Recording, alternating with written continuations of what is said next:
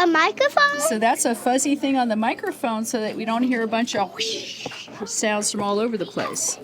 It kind of helps the microphone just listen to your voices. What voices? Your voices. You right now talking. Having one Black teacher within grades K through 3 and then again in 3 through 5 reduced the rates of dropout for low-income Black boys by about 40%. Growing up a biracial male, I feel like if I had a teacher at those early stages, they would have been a pillar for me to lean on, to get advice from, because we would have been through similar struggles. I think in everybody's mind, right, there's this sense of what a school looks like and what a school should be. Perhaps that served us well at some time, and I think it's always served one group of people better than it has served other people. If we're going to serve every single child, which we absolutely have to do, then we really do need to rethink what school looks like. When we were building our plan with a focus on diversity, equity, and inclusion, we sort of knew what sounded good, but we didn't really know what it looked like. And now I feel like we live it every day. Hi, you're listening to Vital Voices, a podcast from Corning Incorporated, exploring innovative ways companies can be a force for good in our communities. I'm Millicent Ruffin. And I'm Sissy Sierro. And those voices you just heard in the opening are just some of the voices we'll be featuring over the next 5 episodes of this podcast. But before we dive into some really meaningful and intriguing stories, I want to set the stage a little bit and explain who I am, who Sissy is, how we came together, and what we're doing here. Yep, great idea. I'll go first. I'm based in Austin, Texas, and I've been working with Corning Incorporated for a couple of years now as a podcast producer. As you know, Corning has a long, rich history of innovation and is one of the world's leading material science companies. Inventions in glass and ceramics, from optic cable to Gorilla Glass to mirrors on the James Webb Space Telescope. These all make a vital impact on society. This vital impact includes the communities where Corning employees live and work. Actually, that's why this show is called Vital Voices. There are over 60,000 people working at Corning, and they all have such great stories to tell. But one of my favorite interview subjects was a director by the name of Dr. Millicent Ruffin. Thank you, Sissy. Let me play a moment from our first interview together.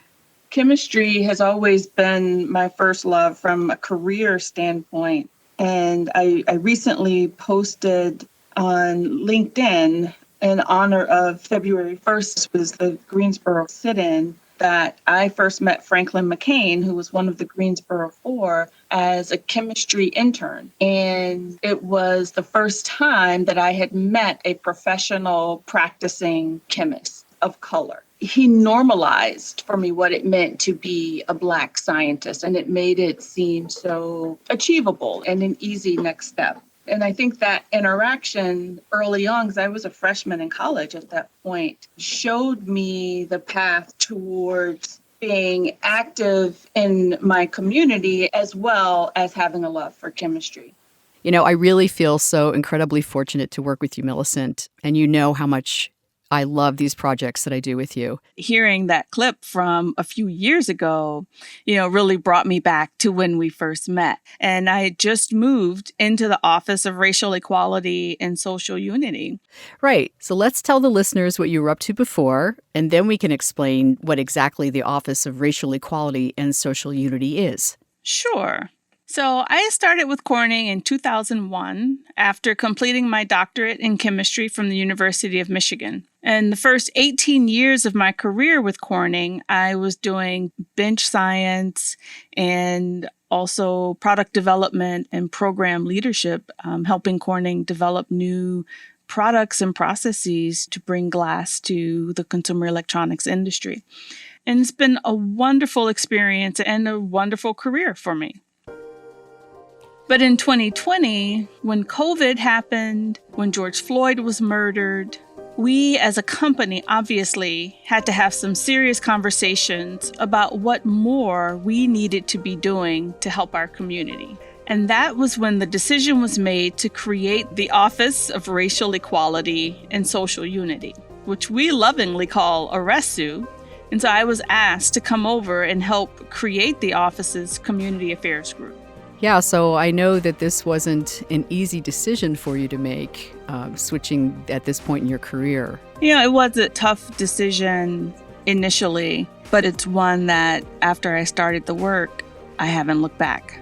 Yeah, and I know there were, some really important events that happened in your life, actually shaping your life, that had a lot to do with the inspiration to make this change. And this is something that we had spoken about previously. The thing that convinced me was remembering when my aunt passed away. She was someone who struggled with obesity her entire life. And so when she passed at home, we had to call the fire department to help move the body. And we waited and we waited and we waited. And for more than 4 hours, my aunt was deceased in her home around her children. That image and that experience is what an underserved community looks like. It's when at pivotal points in a person's life, the systems that are in place to help them, to serve them, to be there on time, those critical systems fail. And so in 2020, when we were at a pivotal moment in our community, where the systems that were designed to help people were not doing their job and were deemed insufficient, it was a time that I knew I had to stand up and help in any way I could to change that trajectory. So, Millicent, you said you helped create ORESU's Community Affairs Group, but what is that group responsible for? Within community affairs, we work in the communities where Corning has locations to help address socioeconomic disparities. And one of the biggest determinants of socioeconomic status is education. Right. And I'm really excited that education is going to be the focus of this season of Vital Voices. As a daughter of a lifelong educator, this is very close to home for me. A lot of what we're going to talk about in these episodes is the importance that diversity in education and diversity awareness in education plays in addressing socioeconomic disparities in our country. And it's, just makes me excited for what our listeners will hear in this journey that we're about to embark on together.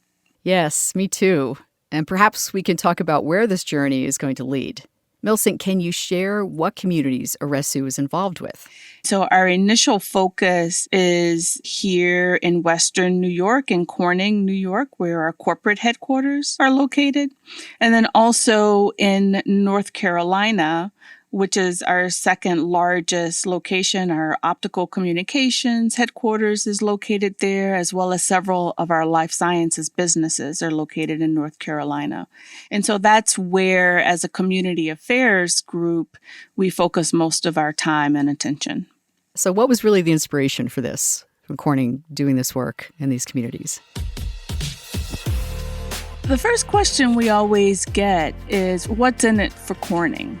Right? And what's the ROI? What's the return on investment? And the reality is that Corning cares about the whole life of its employees, and Corning cares about our communities. When our communities are thriving, then all of the businesses in that community are also thriving. And so when our students are in schools that are addressing all of their needs, and they are in a place where they are learning and growing, not just educationally, but as individuals and contributing members to society, then everyone benefits.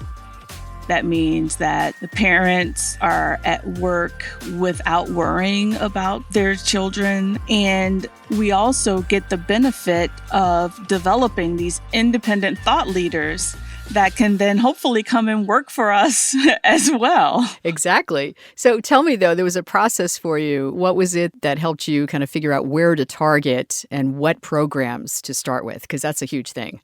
Yeah, we took a lot of time. We took months and months just listening. We didn't come in assuming we knew the answers or that we knew where to start. We spent time just talking to various leaders in the community and members in the community to understand what they were feeling and what their needs were and what their wants were. And then that helped us define a path forward. The thing that I really love about the approach we take to this work is we're not coming in and putting new systems in place. We're coming in and we're partnering with the people who have been there and have been doing this work for years and years. And we're asking them, how can we help? What do you need from us? And we're forming these multi-year commitments to help them be successful on endeavors that they've already started or had already envisioned. Well, I'm so glad you took the time to do that because it led to some really extraordinary partnerships and programming, which we'll feature on this season of the show. And it's really great because we're going to hear directly from students, educators, and policymakers on the ground in North Carolina. And here's a sampling of some of those voices. They said, these kids can't multiply and divide. How are you working with them on algebra? And I said, oh no, they can multiply and divide. But what we were doing was really making it real for them. We looked like the kids, right? We listened to them, we talked about things, and we made everything completely relevant. And they absolutely flourished. I think too many times I have been put in that box of limitations. So the things that society says that you have to do because you look a certain way, or you come from a certain background, or you're a certain gender or race, or whatever the situation may be. And I did not want to do that with these kids. The strategic bet there was, let's give kids a pathway into college to graduate debt-free, and then let's give them a path to come back to Edgecombe, where they already have a sense of connectedness because they grew up in this community, where they already are wanted. We'll also be hearing from educators in New York, not just principals and teachers, but also those that we've hired in ORESU to work with our local school districts on equity initiatives. When something happens that causes some kind of friction, tension, a moment to step back and say, ouch, that hurt me. We don't avoid it, we embrace it. And we embrace that with a desire to be brave in that moment and share. I recently met with an ELA team who is bringing in a book that has very strong racial themes. They're concerned, how do we do this as white educators with predominantly white classrooms? How do we do this in the best way? Just thinking through changes to diversity in their curriculum. I'm so excited to tell these people's stories, as well as ORESU's story. I hope that as we go through these stories and through these episodes, people walk away feeling inspired, feeling hopeful, and identifying ways that they can jump in and help as well. Right. Well, I have to tell you, I feel like my life has been changed working on this project. I feel the same way. I no doubt have had an amazing career at Corning over the past 20 years, but this portion of my career has been transformational for me personally as a leader. And I hope that what we share with our listeners will be transformational for them in their lives when they get to the end of the season. So for this episode, we gave an overview of ORESU and what our focus is and how we got started. In our next episode, episode 2, we will be in Southern Tier, New York, and we'll be talking to our DE&I education coordinators and hearing from them about the work they've been doing in school districts around culturally responsive teaching practices. Thanks for listening. You can find and listen to episodes of Vital Voices wherever you get your podcasts. For more information about the Office of Racial Equality and Social Unity and how its programs are impacting the community, click on the links in the show notes.